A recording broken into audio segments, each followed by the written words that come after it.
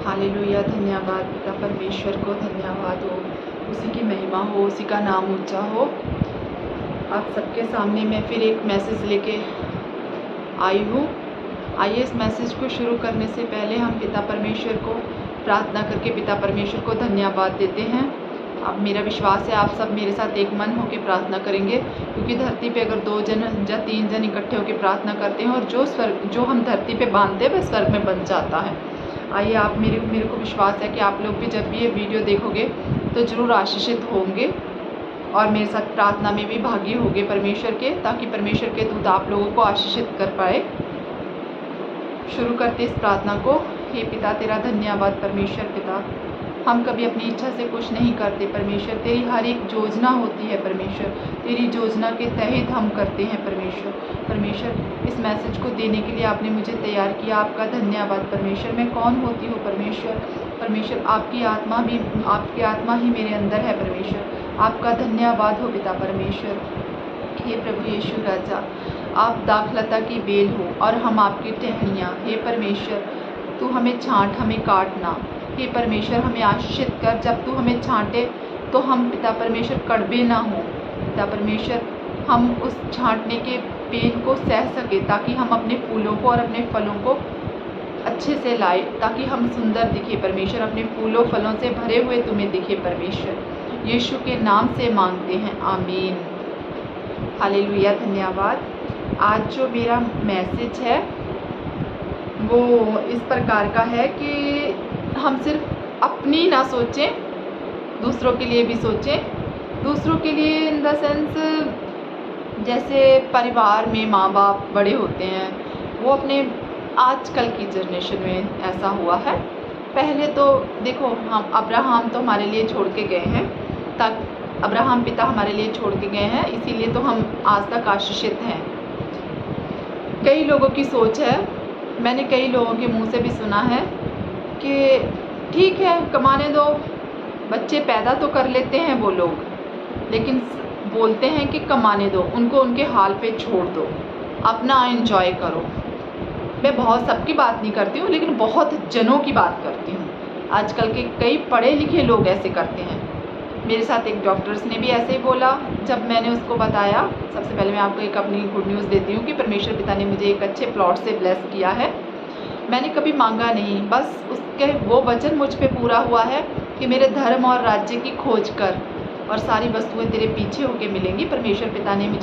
मैंने परमेश्वर पिता को खोजना स्टार्ट किया था, पर परमेश्वर ने मुझे आशीषित, दुनिया पे भी आशीषित किया है, उसने मुझे धरती पे भी आशीषित किया है।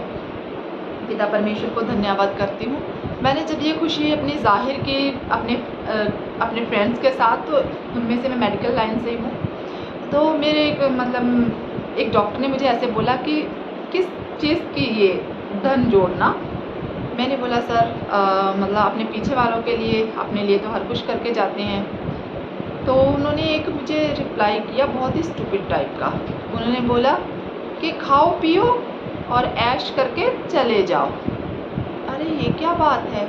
अगर अब्राहम भी यही सोचता कि मैं खाता पीता हूँ और चले जाता हूँ, उसका एक संबंध परमेश्वर के साथ ना होता, बुद्धि ना होती उसमें, तो आज शायद हम भी वैसे ही होते। वो तो अपनी देह को छोड़ के अपनी आत्मा को लेके चला जाता।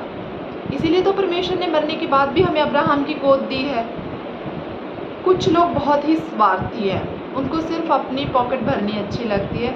मेरा किसी के पर्सनल दिल दुखाने की बात नहीं है, और ना ही मैं ये इसलिए कर रही हूँ कि किसी को लगा के करूँ या कोई इससे किसी को हर्ट हो। नहीं, मेरा ये मैसेज नहीं है। मेरा ये मैसेज है कि आप लोग, जो आपके नाती पोते हैं, उनके लिए भी धरती पे कुछ जब छोड़ के जाते हैं तो आपके नाम को याद किया जाता है। एक परमेश्वर को धन्यवाद दिया जाता है।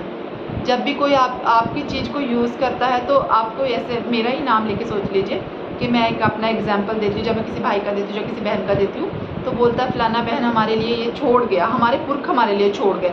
और ये वो तो कई बच्चे ऐसे बोल देते, ये तो हमारे दादा दादी ने छोड़ा है, हमारे पापा ने तो हमारे लिए कुछ किया ही नहीं। कई बार ऐसे होता है। देखिए बाइबल भी इसमें कहती है, नीति वचन उसकी 13 से 22 ऐत में भी लिखा हुआ है, भला मनुष्य अपने नाती पोतों के लिए संपत्ति छोड़ जाता है, परंतु पापी की संपत्ति धर्मी के लिए रखी जाती है।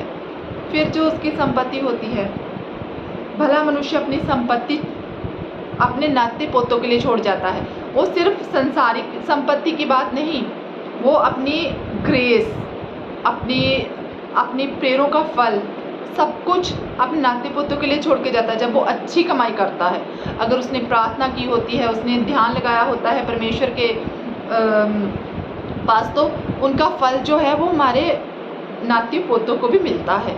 अगर हमारा जीवन पाप भरा होता है तो हम लोग तो मतलब जो लोग पाप करते हैं वो तो नरक में जाएंगे, प्लस वंशों के श्राप आपकी संतानों को भी फॉलो करेंगे।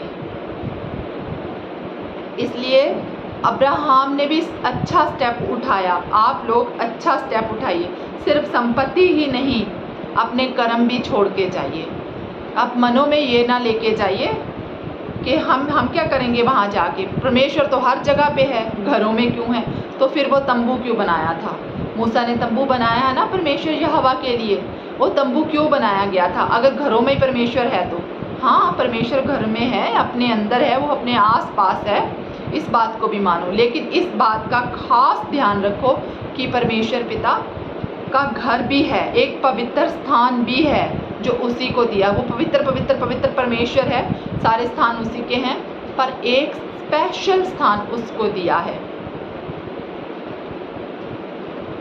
मेरा यही कहना है कि आप लोग जब भी अपने तन से, अपने मन से प्रार्थना करते हो तो वो परमेश्वर आपकी प्रार्थनाएं सुनता है, उसके आंसर देता। वो आपको ही नहीं बल्कि आपकी संतानों की संतानों को भी 7 पीढ़ियों तक आशीषित करता है। जब वो बदला 7 पीढ़ियों तक लेता है तो वो आशीषित भी 7 पीढ़ियों तक करता है।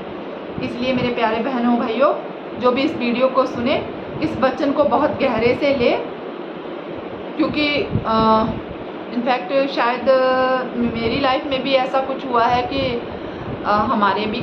मेरे भी फादर ऐसे ही सोचते हैं कि मैं क्यों छोड़ के जाऊं। मेरा ये सब ओपन करने का नहीं है, वो परमेश्वर पिता उन्हें अपनी आशीष से आशीषित कर चुके हैं, वो परमेश्वर में अच्छे हो चुके हैं।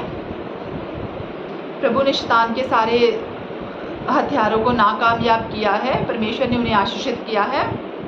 मैं प्रभु पिता को धन्यवाद देती हूँ। और मेरा आज का जो मैसेज है आप लोगों से यही है कि आप लोग जब भी प्रार्थना भी करते हो तो वो फल मिलता है। और अगर आप अपनी कमाई भी छोड़ते हो तो आप उसको सिर्फ धरती पे अपनी ऐश के लिए नहीं उड़ाओ, बल्कि अपने पीछे वालों के लिए भी सोचिए। हाँ, पीछे खाते हैं, सब पीछे भी आते हैं आपके। अगर परमेश्वर हमें ना दे, अगर परमेश्वर हमारे लिए खून ना बहाता तो हमारा क्या होता? हम नजात पाते? नहीं ना। उसने स्टेप उठाया अपने बच्चों के लिए, हम उसके बच्चे थे, उसने स्टेप उठाया हमारे लिए, हमें अपने खून से बचाया, खून दे के बचाया ना अपना। और हम दुनियावी माँ बाप ऐसे क्यों सोच लेते हैं? अपनी मूवीज़ देख के, अपनी अय्याशी करके सारा अपना पैसा क्यों लुटा देते हैं? या अपनी गलतियों पे क्यों उड़ाते हैं? हम क्यों ना अपने बच्चों के लिए अच्छा भी और दुनियावी भी धन छोड़ के जाएं। परमेश्वर इस सब मैसेज से आपको आशीषित करे। मेरा विश्वास है कि आपके दिलों में ये उतरेगा, आपके दिलों में ये खरा उतरे और 100 गुना का 100 गुना फल आप लोग पाओ। परमेश्वर को धन्यवाद देती हूँ और ये मैसेज को मैं समाप्त करती हूँ। परमेश्वर आपको आशीष दे, मेरा बोलना, आपका सुनना 100 गुना फलों को लेके आए। और मैं प्रार्थना के साथ ही इस मैसेज को समापित करती हूँ। हालेलुया, धन्यवाद पिता परमेश्वर, जो भी इस वचन को सुने पिता परमेश्वर, आपके नाम से आशीष होए परमेश्वर। आपका पिता परमेश्वर अनुग्रह उन पे ठहरे परमेश्वर। हर मन चेंज हो जाए परमेश्वर, हर कोई अपने बच्चों के लिए सोचे परमेश्वर। हे परमेश्वर, तू बाप हो के हमारे लिए सोचता है परमेश्वर। दुनियावी माँ बाप को भी आशीष दे परमेश्वर। हर कोई माँ बाप ऐसा नहीं है, पर परमेश्वर जो शैतान में फंसे हुए हैं वो लोग ऐसे हैं परमेश्वर। शैतान की हथियारों को नाकामयाब कर दे परमेश्वर, उनकी बुद्धियों को खोल दे परमेश्वर। जिस तरह अब्राहम की संतान हम गिने जा रहे हैं परमेश्वर, वो भी अपने बच्चों को परमेश्वर पिता आशीषित ठहरते हुए देखे परमेश्वर के नाम से। यीशु के नाम से मांगती हूँ, आमीन आमीन। सबको जय मसीह की।